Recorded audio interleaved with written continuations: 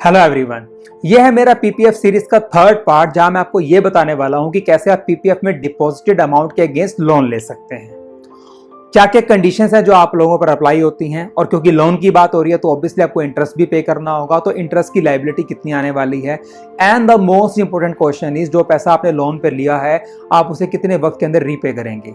इन सभी बातों का जवाब देने के लिए मैं आपके सामने एक टेबल लेकर आया हूं जिसकी हेल्प से आपको समझाऊंगा कि किस पर्टिकुलर पीरियड के अंदर आप लोन लेने के लिए एलिजिबल होते हैं, कितना पैसा आप लोन के तौर पर ले सकते हैं, और अगर आपने टाइम रहते अपना पैसा वापस नहीं किया तो कितनी पेनल्टी आप पर लगने वाली है। तो आइए चलते हैं टेबल की तरफ और डिटेल में समझते हैं पूरे के पूरे कॉन्सेप्ट। तो मैंने यहाँ पर एग्जांपल ये लिया है कि हमारे पास एक इन्वेस्टर है जिन्हें 2011 के अंदर पीपीएफ अकाउंट ओपन करवाया है और वो हर साल 1 लाख रुपए पीपीएफ अकाउंट में डिपॉजिट करता है और वो अपने डिपॉजिटेड अमाउंट के अगेंस्ट लोन लेना चाहता है। तो सबसे पहले हमें याद रखना है कि आप पीपीएफ अकाउंट के केस के अंदर लोन लेना चाहते हैं तो पीपीएफ अकाउंट खुलने के 2 साल के बाद आप लोन लेने के लिए एलिजिबल होते हैं।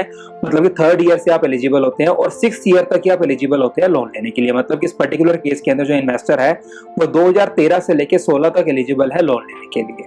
अब क्वेश्चन ये निकलता है कितना पैसा आप लोन के तौर पे ले सकते हैं। आइए समझते हैं इसको छोटे से एग्जांपल से।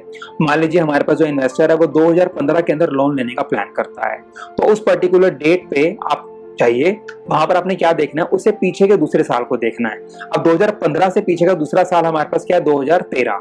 आपने देखना है कि 2013 में हमारे पीपीएफ अकाउंट के अंदर बैलेंस क्या था। जैसे कि अब यहाँ पे देख रहे हैं वो है 3,43,994 रुपीज। ये जो बैलेंस आपके पास यहाँ पर है आप इसका 25% कैलकुलेट कर लीजिए, जो कि आ गया 85,998। मतलब ये पैसा आप लोन के तौर पर लेने के लिए एलिजिबल है। अब क्योंकि यहाँ बात लोन की हो रही है तो ऑब्वियसली आपको उस पर इंटरेस्ट भी देना पड़ेगा। अब अगला क्वेश्चन ये निकल कर रहा था कितना इंटरेस्ट आपको पे करना पड़ेगा। तो रूल हमें कहता है कि जो पीपीएफ का करंट रेट ऑफ इंटरेस्ट होता है उसमें 1% ऐड कर दीजिए, यही आपका लोन का जो होता है वो रेट ऑफ इंटरेस्ट होता है। जैसे कि इस पर्टिकुलर केस के अंदर जैसे पीपीएफ का हमारा रेट ऑफ इंटरेस्ट है 7.1% चल रहा है, तो अगर आप लोन ले रहे हैं तो आपको टोटल देना पड़ेगा 8.1%। इफेक्टिवली जो आपको लोन है वो 1% पे मिल रहा है। उसके पीछे का रीजन ये है कि जो पैसा आपका पीपीएफ में डिपॉजिट है वहां पे तो 7.1% आप अर्न कर रहे हैं, और जो पैसा आपने लोन पे लिया है वहां पे आप 8.1% पे कर रहे हैं, तो आपको जो नेट आउटफ्लो है वो 1% का ही हो रहा है। अगर आप पीपीएफ अकाउंट के अगेंस्ट लोन ले रहे हैं तो आपको एक बात दिमाग में रखनी है कि आपको 36 महीने के अंदर मतलब 3 साल के अंदर अंदर अपना जो पैसा है वो रिटर्न करना होगा।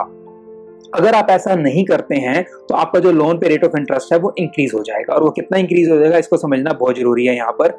जैसा कि मैंने आपको बताया कि जो एक्चुअल में रेट ऑफ इंटरेस्ट है वो क्या रहता है, पीपीएफ का रेट ऑफ इंटरेस्ट प्लस 1%। लेकिन अगर आप 3 साल के अंदर अंदर इस पेमेंट को नहीं रीपे करते हैं गवर्नमेंट को, तो उस केस में क्या होगा, जो पीपीएफ का रेट ऑफ इंटरेस्ट होगा उसके अंदर 6% ऐड कर दिया जाएगा और आपका जो रेट ऑफ इंटरेस्ट है वो 13.1% हो जाएगा। तो अगर आप लोन ले रहे हैं तो 3 साल के अंदर अंदर आपको रीपे करना है, अदरवाइज आपको ये काफी महंगा पड़ने वाला है। तो यही था मेरा आज का वीडियो जहां मैंने आपको ये बताया कि कैसे आप पीपीएफ अकाउंट के अगेंस्ट लोन भी ले सकते हैं। और जैसा कि आपने देखा है कि ये बहुत ज़्यादा अच्छा ऑप्शन नहीं है एक इन्वेस्टर के लिए, क्योंकि जितना अमाउंट आपके पास डिपॉजिट होता है आप उसका सिर्फ 25% ही लोन के तौर पर ले सकते हैं। और आपके एक सबसे बड़ी जो लिमिटेशन है वो ये रहती है कि 3 साल के अंदर अंदर आपको वो पैसा रीपे भी करना होता है, अदरवाइज काफ़ी हैवी पेनल्टी आपको बियर करनी पड़ सकती है। इसलिए ज़्यादातर लोग प्री मैच्योर विड्रॉल के ऑप्शन को प्रेफर करते हैं, और उस ऑप्शन के बारे में आपको पिछले वीडियो के अंदर बता भी चुका हूं। अगर आपने वीडियो अभी तक नहीं देखा है तो उसका लिंक आपकी स्क्रीन पे डिस्प्ले हो रहा है, उसको देखना ना भूलिएगा। आई होप आपको ये वीडियो अच्छा लगा होगा, तो उसको लाइक एंड शेयर करना ना भूलिएगा। चैनल सब्सक्राइब नहीं किया है तो please hit the subscribe button. Thank you so much for watching this video. Take care.